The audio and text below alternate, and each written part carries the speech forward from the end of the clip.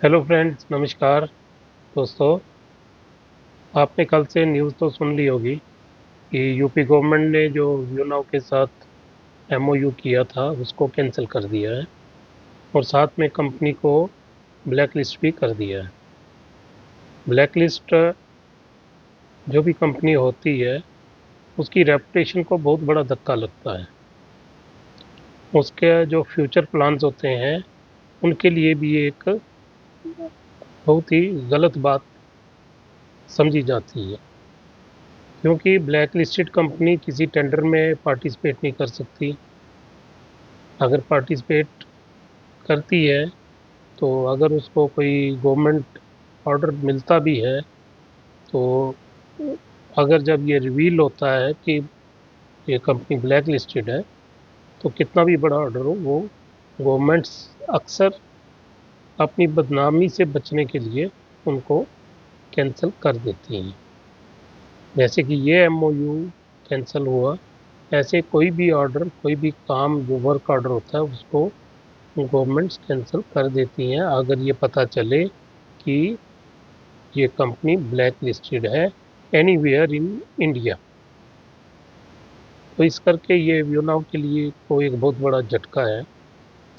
और दूसरी जो बात है कि इसको यूपी गवर्नमेंट के इस एक्शन को ईडी कोर्ट में जो केसेस हैं यूनाव के चल रहे उसमें एज ए टूल यूज करेगी।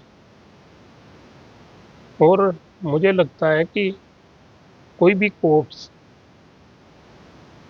कोई भी फाइनल डिसीजन लेने से पहले गवर्नमेंट के एक्शन को इग्नोर नहीं करते। गवर्नमेंट के जो एक्शन ऐसे होते हैं उनको कंसिडर करती ही करती है बिफोर फाइनल डिसीजन। तो इसलिए मुझे लगता है कि जो इन्वेस्टर्स का केस जो व्यू नाउ का चल रहा है कोर्ट्स में उसको बहुत बड़ा धक्का लगेगा। तो व्यू नाउ का ये बहुत बड़ा टूल था लोगों से इन्वेस्टमेंट लेने के लिए। एक तो वो लोगों को, जो पुराने लोग थे, उनकी जो रिटर्न्स होते थे, उनको जो पैसा मिलता था मंथली, वो दिखा के इन्वेस्टमेंट लेते थे। दूसरा जो उनका टूल था कि वो एमओयू को दिखा के लोगों से पैसा निकालते। जो आम पब्लिक थी वो तो दूसरे लोगों को, अपने पड़ोसियों का या अपने शहर के दूसरे लोगों का रिटर्न देख के तो इन्वेस्टमेंट कर देते थे। और लोगों ने अपनी कैपेसिटी से बाहर जाके इन्वेस्टमेंट किया। लेकिन जो हाई नेटवर्थ के जो लोग होते हैं ना, उनको कन्विंस करने के लिए, उनसे इन्वेस्टमेंट लेने के लिए कंपनी के जो एक्टिव जो इन्वेस्टर्स थे उन्होंने अपने सेल्फ इंटरेस्ट के पीछे हाई नेटवर्थ के जो लोग थे, जैसे कि वीडियोस में कहा जाता है आईपीएस ऑफिसर्स इसमें इन्वेस्टमेंट किए हैं, आईएएस ऑफिसर्स किए हैं, पॉलिटिशियंस किए हैं, डॉक्टर्स किए हैं या एडवोकेट्स किए हैं। तो इन लोगों को कन्विंस करने के लिए जो ये जो एमओयू था इसको यूज किया जाता।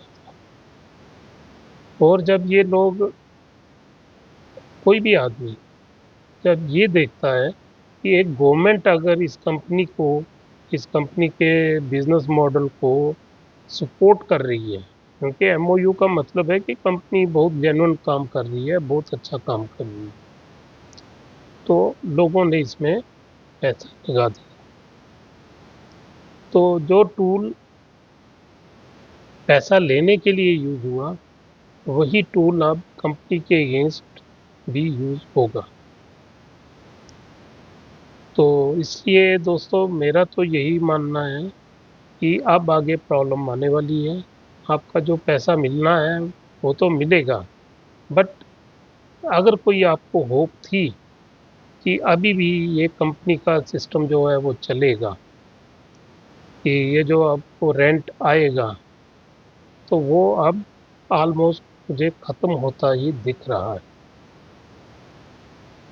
क्योंकि कोई भी ब्लैक लिस्टेड कंपनी अब अगर किसी प्राइवेट सेक्टर में भी जाके अगर किसी को जो क्लाइंट्स ढूंढेगी, तो क्लाइंट्स भी जो है वो एक ब्लैक लिस्टेड कंपनी के साथ काम करने को राजी नहीं होंगे। क्यों? उनको भी पता होगा, उनको अपना बिजनेस की परवाह होती है, अपने बिजनेस के उनको सेफ्टी भी ज़रूरी है।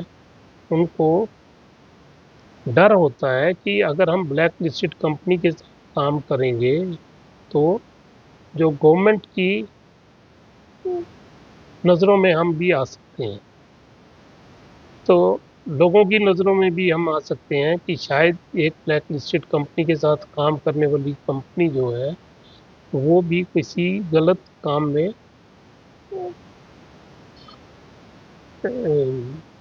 पार्टिसिपेट कर रही है।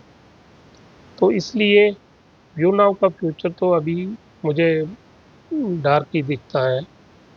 अब हो सकता है कि सुखी साहब के माइंड में कुछ नए आइडियाज आए, क्योंकि वो तो घर से निकले थे एक अच्छी इंटेंशन के साथ कि घर के लिए, अपने लिए, अपनी फैमिली के लिए पैसा कमाएंगे और इवन देश की सर्विस भी करेंगे। क्योंकि इसमें कोई शक नहीं है कि ये जो डाटा सेंटर का बिजनेस है या डाटा सेंटर की रिक्वायरमेंट जो है वो बहुत है अभी हमारे देश में। तो उनकी इंटेंशन स्टार्ट करने में तो कोई गलत नहीं हुई होंगी, लेकिन आगे उनका शायद या तो उनके कंट्रोल से चीज़ें बाहर हो गई, या तो उन्होंने इंटेंशनली ऐसा काम कर लिया उनको पता होते हुए भी कि उनकी फ्लॉज हैं उनके सिस्टम में, फिर भी वो इसको आगे बढ़ाते गए। उसकी वजह तो वही जानते हैं, लेकिन आगे उनके लिए मुश्किल हो जाएगा काम करना।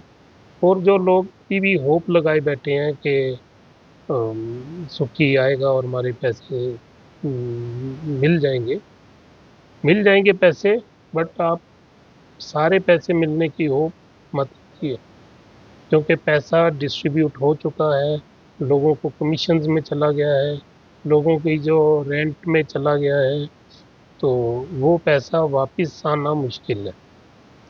क्योंकि अगर जिस आदमी ने प्लान देख के काम किया, उसने अर्निंग कर ली, उसने पैसा घर तो रखा नहीं होगा कि कंपनी या कोई कोर्ट या ईडी उससे रिकवर कर लेगी। वो तो सिंपली कहेगा मैंने कंपनी के कहने पे काम किया, मैंने अर्न किया और मैंने यूज कर दिया, तो अब तो पैसा है नहीं। तो इस करके पैसे का रिकवरी तो बिल्कुल ही मुश्किल लगती है। हाँ, जो प्रॉपर्टीज ईडी कन्फिस्केट करेगी, उनका जो ऑक्शन हो उसमें से अगर कुछ निकलेगा तो वो लोगों को मिलेगा, लेकिन वो भी मिलेगा एक प्रोपोर्शन में कि किसका कितना पैसा बचा है जो कंपनी के, उसकी प्रोपोर्शन निकाल के उस हिसाब से सभी को डिस्ट्रीब्यूशन हो सकता है। लेकिन फुल अमाउंट मिलना या आपका सारी इन्वेस्टमेंट या आपका रेंट मिलना, वो अब आप ऑलमोस्ट भूल जाइए। इतना ही लेके चलिए कि कुछ तो मिल जाए, इतनी होप रखिए और मिल भी जाएगा आपको। ये तो हम भी होपफुल हैं कि कुछ ना कुछ मिलेगा, बट जो मिलेगा और जो आपने लगाया है उसमें बहुत ज़्यादा अंतर होगा, बहुत ज़्यादा फर्क होगा। जिन लोगों ने शुरू शुरू में पैसा लगाया, उन लोगों ने तो जो अर्निंग कर ली, वो तो अब आराम से बैठे होंगे। तो लेकिन जिन्होंने बाद में लगाया, जिनको एक एक साल हुआ या दो दो साल हो गए और हैवी इन्वेस्टमेंट जिन्होंने की है, उनके लिए ज़्यादा मुश्किल की बात होगी। एक टीबी या दो टीबी या चार टीबी वाले के लिए इतना मुश्किल नहीं होगा, लेकिन जिन्होंने लाखों में करोड़ों में लगाए हैं उनके लिए ये आगे टफ टाइम आने वाला है। इतनी बात करनी थी। Thank you for watching the video. फिर मिलते हैं फिर किसी नए टॉपिक। Thank you.